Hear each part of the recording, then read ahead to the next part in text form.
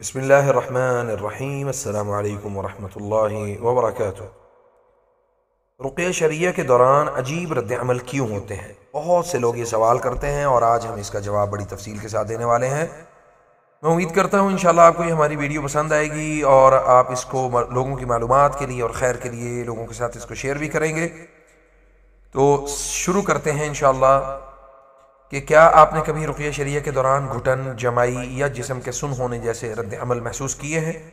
آئیے ہم سمجھتے ہیں کہ ایسا کیوں ہوتا ہے اور اس کے پیچھے چھپے روحانی راز کیا ہیں۔ گھٹن اور سینے میں تنگی۔ جب رقیہ پڑھا جاتا ہے تو بعض لوگ سینے میں گھٹن یا تنگی محسوس کرتے ہیں۔ یہ اس لیے ہوتا ہے کہ دل اور سینے میں جادو کی گرہیں عقد بندی ہوتی ہیں۔ کبھی یہ بیرونی جادو ہوتا ہے اور کبھی وہ سحر جو کھایا اور پیا گیا ہوتا ہے۔ جسم کا سن ہونا، خاص طور پر ہاتھ پاؤں۔ جب جسم سن ہونے لگے تو خاص طور پر ہاتھوں اور پیروں میں، تو سمجھ لیجئے کہ جادو کے خادم جنات، یعنی ایسے جنات جو جادو کی خدمت کرنے والے ہیں یا اس پر حفاظت کرنے والے ہیں، آپ کے جسم کو جکڑنے کی کوشش کر رہے ہیں۔ یہ حرکتیں دراصل آپ کی زندگی کے راستوں کو بند کرنے کے لیے کی جاتی ہیں۔ مثلاً آپ کے کاروبار، آپ کی زندگی اور آپ کے فیصلے اور آپ کے شادی بیاہ اور غمی اور خوشی، ان جیسے معاملات کے اوپر رکاوٹ پیدا کرنے کے لیے۔ رقیہ کے دوران اگر جمائی آ جائے تو یہ شیطان کی طرف سے ہے۔ نبی صلی اللہ علیہ وسلم نے فرمایا کہ جمائی شیطان کی طرف سے ہے اور جب تم جمائی لو تو منہ کو ڈھانپ لیا کرو۔ اگر جمائی کے ساتھ آنکھوں سے آنسو نکلیں تو یہ کسی بڑی گرہ کے کھلنے کی علامت ہو سکتی ہے یا گرہ کھل سکتی ہے۔ وسوسے اور راقی پر شک پیدا کیا جاتا ہے۔ بعض لوگ رقیہ کے دوران راقی پر شک کرنے لگتے ہیں یا خود کو علاج کے قابل نہیں سمجھتے اور اپنے آپ کو بہت فن خوان سمجھنے لگ جاتے ہیں۔ یہ سب شیطانی وسوسوں کی وجہ سے ہے تاکہ علاج کو ناکام بنایا جائے اور مریض اور راقی کے درمیان دوری پیدا کی جائے۔ پیٹ یا رحم میں درد اور سوزش پیدا ہو جانا یہ بڑا اہم نقطہ ہے۔ رقیہ کے دوران اگر پیٹ میں مروڑ پیدا ہو، رحم میں تکلیف ہو یا سوجن محسوس ہو تو یہ اس جادو کی علامت ہے جو کھانے یا پینے کے ذریعے سے دیا گیا ہو اور جسم کے اندر اس کو داخل کر دیا گیا ہو۔ اکثر خواب میں دوبارہ کھلایا جاتا ہے تاکہ سحر تازہ رہے۔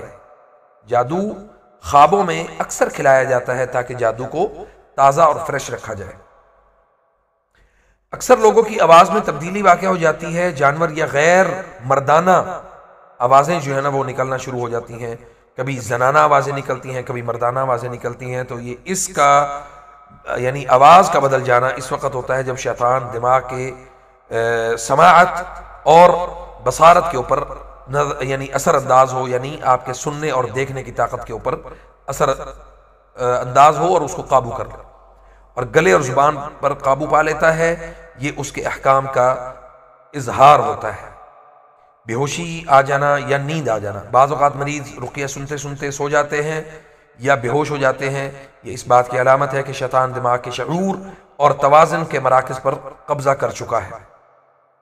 جسم کی غیر ارادی حرکات اور اشارات۔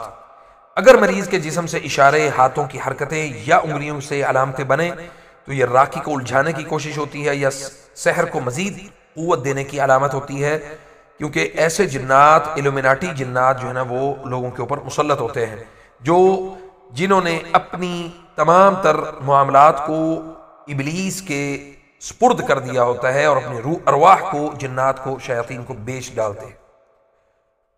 یہ سب علامات اس بات کا ثبوت ہیں کہ رقیہ اثر کر رہا ہے۔ یاد رکھیے اصل طاقت اللہ رب العزت کی ہے اور قرآن کریم سے بہتر کوئی دوا نہیں ہے، اور شیطان کبھی کامیاب نہیں ہو سکتا اگر ہم اللہ تعالیٰ کی پناہ میں آ جائیں۔ قرآن کریم